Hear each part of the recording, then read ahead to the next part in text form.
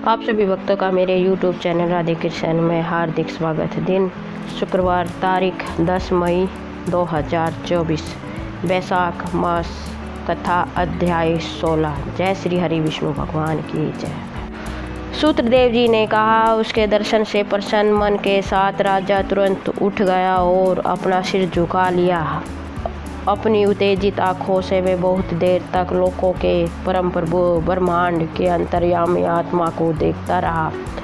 उसने अपने पैर धोए और उस जल को अपने सिर पर रखा। वास्तव में उनके चरणों से निकलने वाली नदी ब्रह्मा सहित पूरे ब्रह्मांड को पवित्र करती है। उन्होंने बहुत सारी सामग्रियाँ, बहुत महंगे और अमूल्य वस्त्र आभूषण और वस्त्रमाला, धूप, रोशनी और अमृत जैसी खाद्य सामग्री आदि के साथ भगवान की पूजा की। उन्होंने अपना पूरा शरीर, अंग, धन और अपनी आत्मा भगवान को समर्पित कर दी।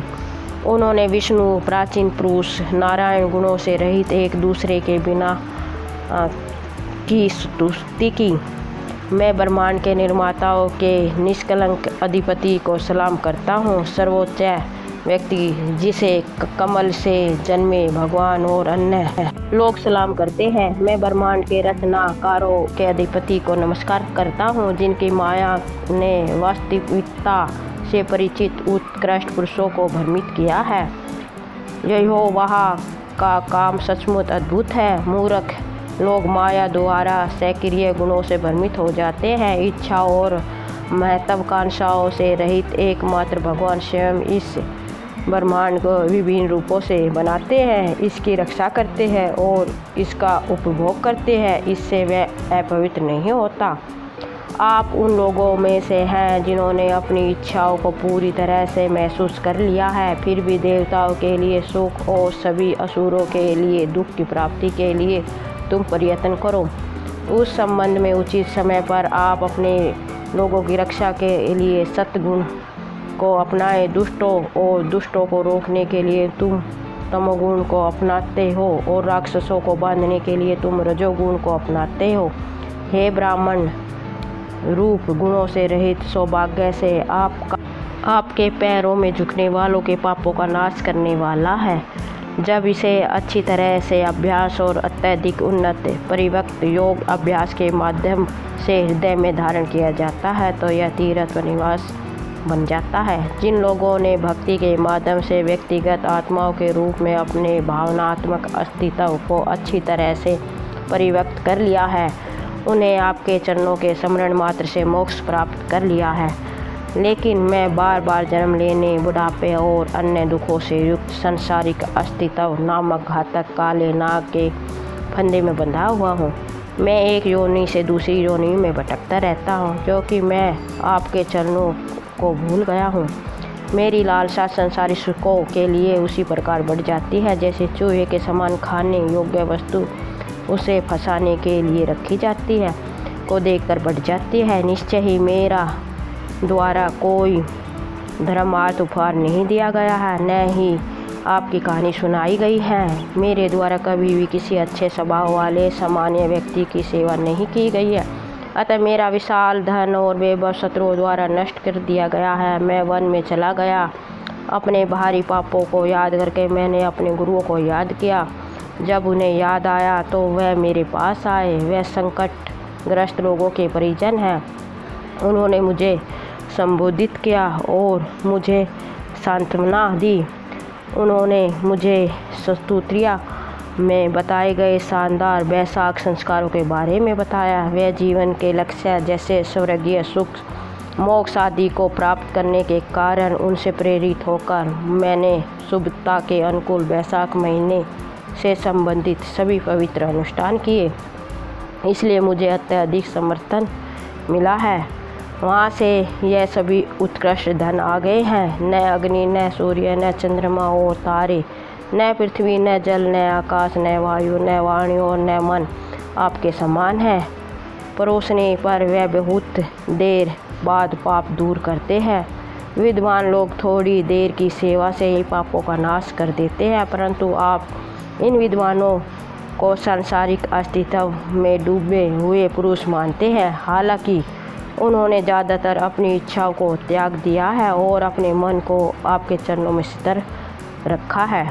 अद्भुत विविध गतिविधियों से युक्त स्वतंत्र को प्रणाम। महान लोगों को आशीर्वाद देने वाले महानतम को प्रणाम। आपकी माया से मोहित होकर मेरी दृष्टि निरर्थक वस्तुओं की ओर लगी हुई है, इसलिए मैं पत्नी और धन के रूप में गुणों के बीच घूमता हूँ। मैं ऐसा इस तथ्य के बावजूद करता हूँ कि आपके कमल जैसे पैर मूल कारण अविद्या का विनाशक है। आप सभी पापों को दूर करने वालों और दोषों से रहित है। सुख की इच्छा से मैं पुत्रों और पत्नियों के संबंध में मेरापन से युक्त हो गया हूँ, जो विपत्तियों के कारण है। जो व्यक्ति सांसारिक कार्यों में तृष्णा और उसकी चाहत में डूबा रहता, उसे न तो चैन की नींद आती और न ही इसका कल्याण होता। यद्यपि मैं एक राजा के रूप में पैदा हुआ हूँ, जो दुर्बल यद्यपि आप प्रयास से जुड़े जीवन के सभी लक्ष्यों की प्राप्ति का कारण है।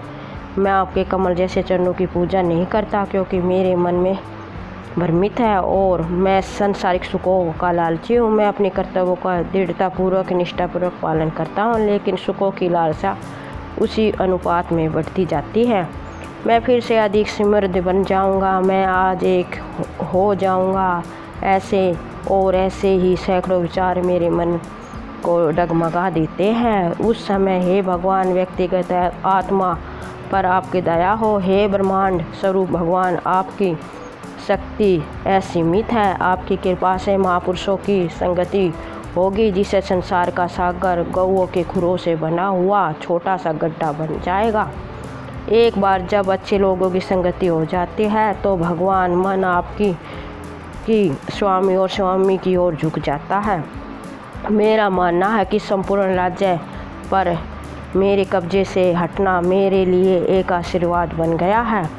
यह आपसे आसानी से प्राप्त हो गया है, क्योंकि ब्रह्म असुर और असामान्य संत पुरुषों के समूह आपके पास आते रहते हैं। जब वह नहीं आते तो संसारिक सुखों के प्यास और लालसा रखे।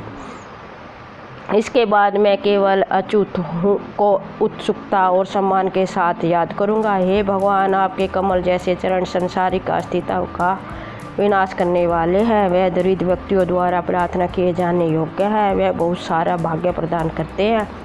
मुझे आपके चरण कमलों के अतिरिक्त किसी अन्य वस्तु की इच्छा नहीं है, इसलिए जो शरीर सदैव गिरता है और जो रजोगुणों का फल है, उस शरीर से मुझे राज्य, खजाना, पुत्र आदि की इच्छा नहीं है। मुझे इससे कोई लेना देना नहीं है। मैं उन कमल सदृश चरणों की निरंतर पूजा करता हूँ, जो ऋषियों द्वारा विचार करने योग्य और वंदनीय है। हे देवों के देव, हे ब्राह्मण के स्वामी, हे प्रसन्न होइए, ताकि मैं आपके कमल जैसे चरणों को हमेशा याद रखूँ। हे मेरे भगवान, इन समूहों के प्रति मेरा लगाव समाप्त हो जाए। यह समूह पत्नियों, पुत्रों और धन के प्रतीक है।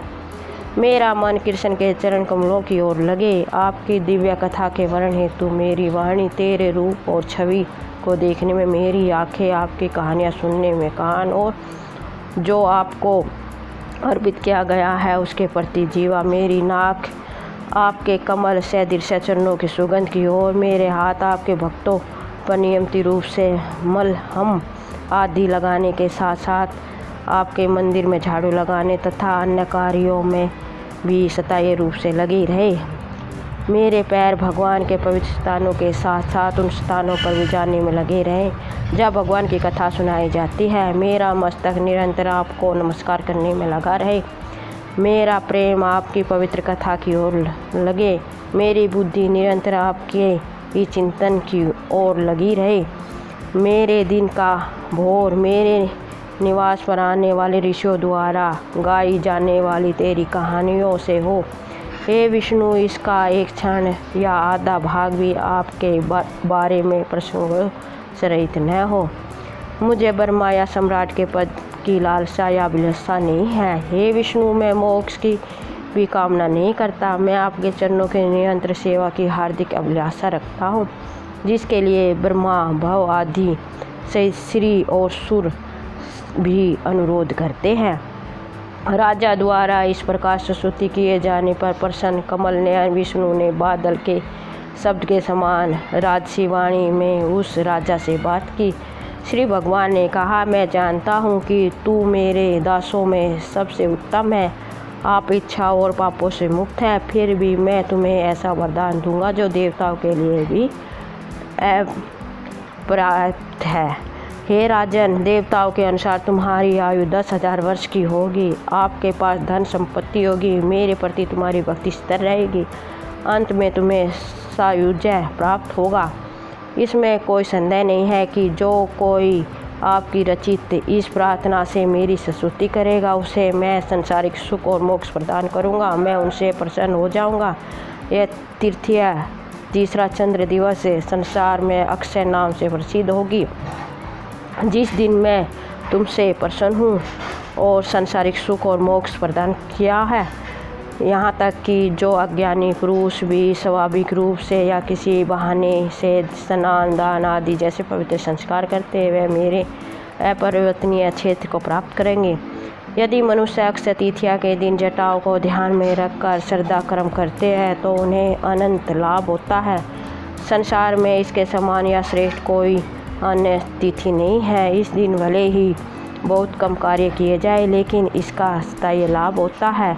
हे श्रेष्ठ राजा, यदि कोई किसी गृहस्थ ब्राह्मण को गाय देता है तो सभी प्रकार के धन के साथ साथ मोक्ष प्रदान करने वाले संसारिक सुख उसकी पहुँच में होंगे। जो सब पापों का नाश करने वाला बैल दान करता है, वह मृत्यु से मुक्त होकर दीर्घायु होता है। यदि कोई व्यक्ति वैशाख महीने में मेरी प्रसन्नता के लिए पवित्र अनुष्ठान करता है तो मैं उन व्यक्तियों के मृत्यु, जन्म और बुढ़ापे के भय से को दूर कर देता हूँ। मैं अन्य सभी महीनों के अनुष्ठानों से उतना प्रसन्न नहीं होता जितना वैशाख अनुष्ठानों से। वैशाख का महीना मेरा सबसे पसंदीदा महीना है। जो लोग अन्य सभी पवित्र संस्कारों को त्याग चुके हैं, जो ब्रह्मचार्य के व्रत से रहित है, वह मेरे अपरिवर्तनीय लोक को प्राप्त करते हैं। यदि वह केवल वैशाख महीने से संबंधित पवित्र अनुष्ठानों में संलग्न होते हैं, वैशाख अनुष्ठान में लगे हुए मनुष्य उस महान लोक को प्राप्त करते हैं जिसे यज्ञ, तपस्या, संख्या और योग के माध्यम से प्राप्त करना बहुत कठिन है। मेरे चरणों के स्मरण के समान हे पाप रहित यह महीना बिना प्रायश्चित संस्कार के हजारों पापों को भी दूर कर देता है। जंगल में अपने गुरुओं की सलाह पर आप वैशाख संस्कार में संलग्न हो जाइए और ब्रह्मांड के भगवान को प्रसन्न किया। इस प्रकार हे राजा, तुम्हें सब कुछ प्राप्त हो गया। इस पवित्र अनुष्ठान से प्रसन्न होकर मैं आपके सामने प्रकट हो गया हूँ। आप अपनी इच्छा अनुसार सभी सांसारिक सुखों का आनंद उठाएंगे। इन देवताओं द्वारा भी प्राप्त करना कठिन है। उन्हें वरदान देने के बाद देवों का भगवान जनार्दन सभी देखते हुए वहीं गायब हो गए। जब हे राजन यह श्रेष्ठ राजा अत्यंत आश्चर्यचकित हो गया। वह उस व्यक्ति के समान प्रसन्न और बलवान हो गया जिसने अपना खोया हुआ धन पुण्य प्राप्त कर लिया। हर दिन वह महापुरुषों और अपने गुरुओं से प्रबुद्ध होता है।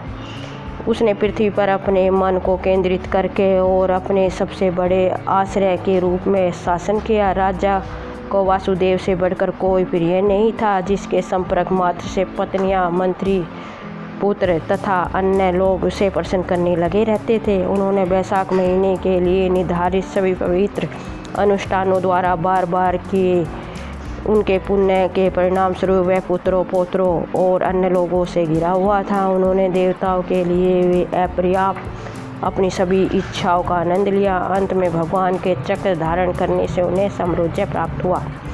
जो कोई भी इस महान कथा को सुनेगा या समझेगा, वह पापों से मुक्त हो जाएगा और फिर विष्णु के महानतम लोक में को प्राप्त करेगा। जय श्री हरि विष्णु भगवान की जय। जय लक्ष्मी नारायण भगवान की जय। आपको मेरा वीडियो कैसा लगा कमेंट बॉक्स में अवश्य बताएं। मेरे वीडियो को लाइक, शेयर और चैनल को सब्सक्राइब करें। धन्यवाद। जय श्री हरि विष्णु भगवान की जय।